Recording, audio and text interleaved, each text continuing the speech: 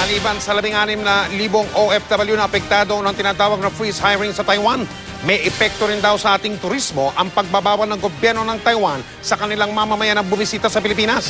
Nakatutok si Claire Delfin.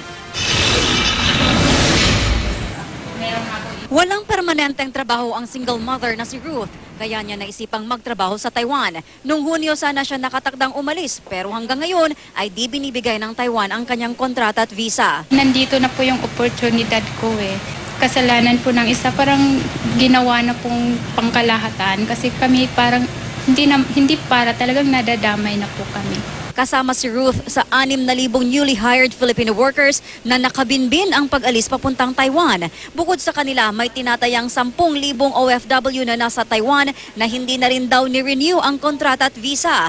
Resulta ito ng freeze hiring policy ng Taiwan na ipinatupad matapos mabaril daw ng taga-Philippine Coast Guard ang isang Taiwanese fisherman sa Balintang Channel. Pero hindi lang mga OFW, apektado rin ng sigalot na ito ang ating tourism industry. Kasabay ng freeze hiring, sinabihan rin ng Taiwan government ang mga kababayan nila na huwag muna magpunta at bumisita sa Pilipinas. At mula nang ilabas ang freeze order sa tansya ng Manila Economic and Cultural Office o MECO, nasa 150,000 Taiwanese tourists na raw ang nagkansela ng kanilang flights at bookings sa Pilipinas.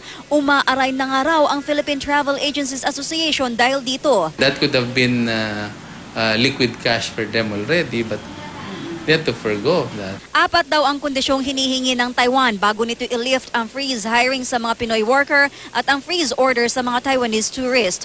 Una, apology na naibigay na raw natin at tinanggap naman ng pamilya ng biktima. Pangalawa, parallel investigation sa shooting incident. Hinihintay na ngayon ang paglabas ng resulta ng investigasyon ng parehong Taiwan at Pilipinas. Pangatlo, monetary compensation sa pamilya ng biktima. Fisheries Agreement. Ito ang pang-apat na kondisyong inilatag ng Taiwan. At ayon sa MECO, ito rin daw ang pinakamasalimuot. Mataas daw ang interes ng Taiwan sa pagkakaroon ng ganitong kasunduang layong magbibigay ng access sa dalawang gobyerno sa mga contested water o marine territory.